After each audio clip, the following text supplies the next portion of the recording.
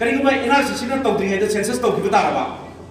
major delimitation हाइ पोर्ट मा लाकनी मसिगी डिलिमिटेशन से लाकु मतमदा चिंगदा सीट मसिंग एमएलए की सीट मसिंग से क्या होइखिनी अखोय हौजिक फिक्स तौबो गमद्री अदुबो कंपलसरी हाना की लेरनिबा सीट हुफुसिगी मथक्ता हुफुसिगी मनुंदा चिंगदा लेरनिबा सीट कुनसे कुनसिदगी सीट कुनगा तरे इपान जौखरने मोइसे तंगाई फतरा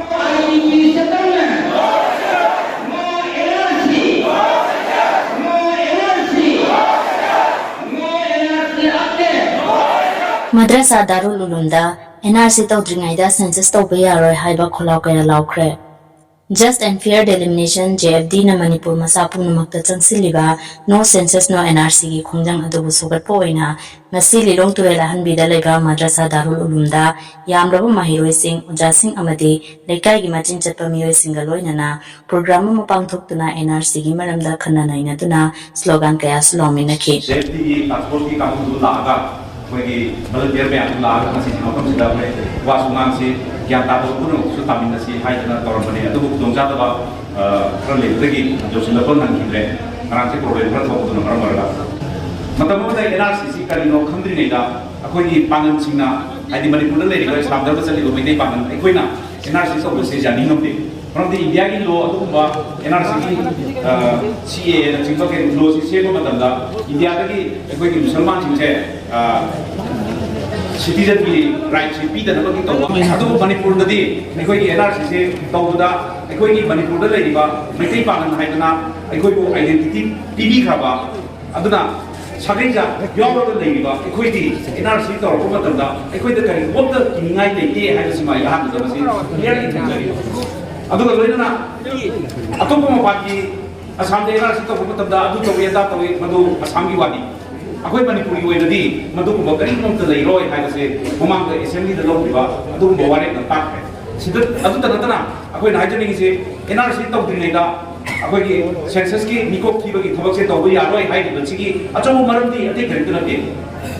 अखोइना मतमदा एनआरसी की वापन से पलको मतदा अफगानिस्तान अदुगा पाकिस्तान अदुगा बांग्लादेश हाइबा कंट्री अहुम सिदगी जनकपा मुस्लिम नतबा अतै खरा इंडिया की सिटीजनशिप पीगनी हाइबा अदो हौजिसु अदुगी पूरा तोथोगा हौजिना मका म्यांमार दगी लाखिबा मयाम हाइबा तारे बांग्लादेश की दुदी आराइदनी आइदी मणिपुर दुदी थोइसो बुलेर मोइद्रे गली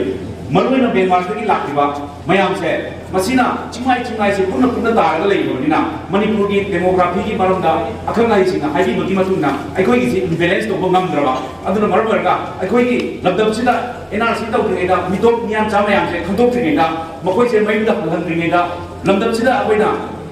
सेंसस तौबो तारगदी अखोई की लबदब से अदुकी मति अकाइबा लाकनी हाइबो इंडिया दा ब्रिटिश मतमदा 1871 दा अहाबा एनआरसी तौबनी हाइरे असोरी सेंसस तौबनी हाइरे अदुगा 1881 दा मथन तौबी सुमैना सही ता तरा कानरगा तौबसे करिबा तजादा मनि मफम दुना इराक लेतना तौबा यादबा मफम देहे थोलपसु यावे अदुगुम तजादा मसी मणिपुर दि थोए हाइबनी होगिबा 2023 की मे दगी तंदु लेता दबा जाति प्रूफ मसेन हाना सुरबना मरवरगा जुम कै चेनदरा लेफम चाबम खंगद्रबा मतमसिदा अखोई सेंसस तौबा मतम चादे एनआरसी हान तौगदबनी मफम चादनि मतम चादनिदा अखोइने एनआरसी तौद्रिनिदा सेंसस तौबसे अखोई जानिंदे हाइदना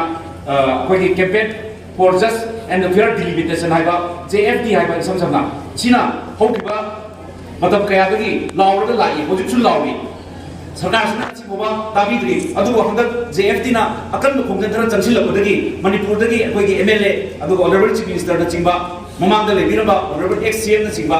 बीजेपी की लीडर मैम सेंटर चलगा अमित शाह उनबा नत्रगा honourable prime minister Narendra Modi उनबा अदुगा मणिपुर दा एनआरसी तौद्रिनेदा सेंसस तौबो यावे हाइबगी डिमांड मैम से तौरुबगी वारी अखोई खंगनरे अदुना मसी करिबा इन मतंग से थबिंगिसिदी करिबा एनआरसी सिना तौद्रिनेदा सेंसस तौखिबा तारबा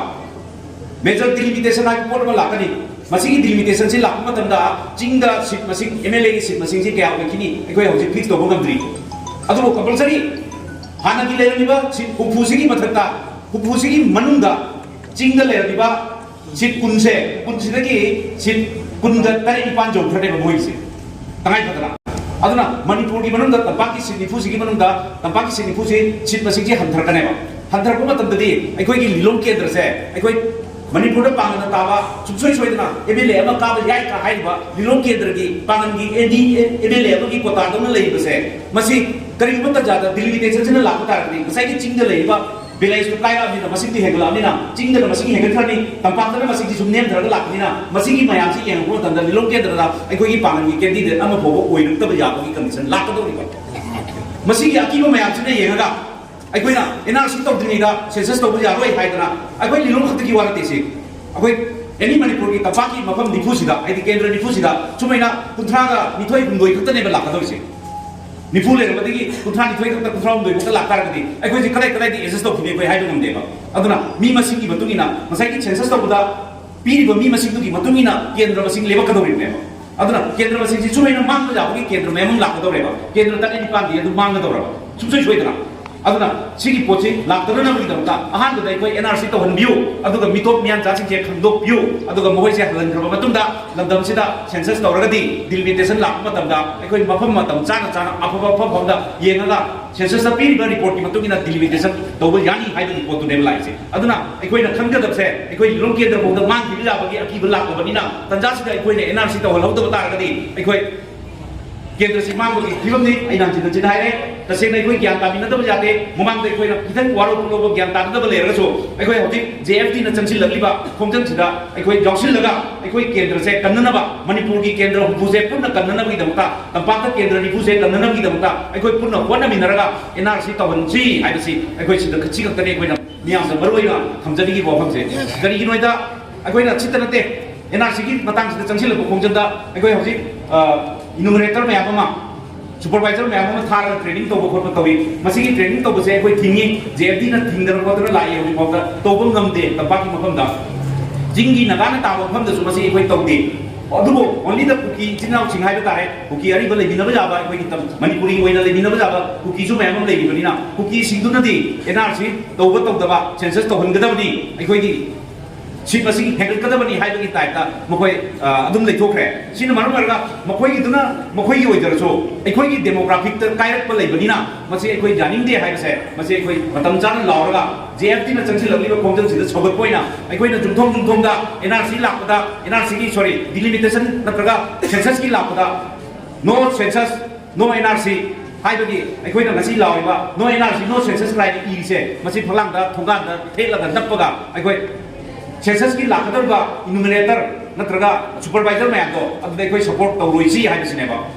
मरुइबो खोमजनसे अदुना सिगी मैम से कोई तौमिनर कांदा आइना तेंदना मतम लौजबनी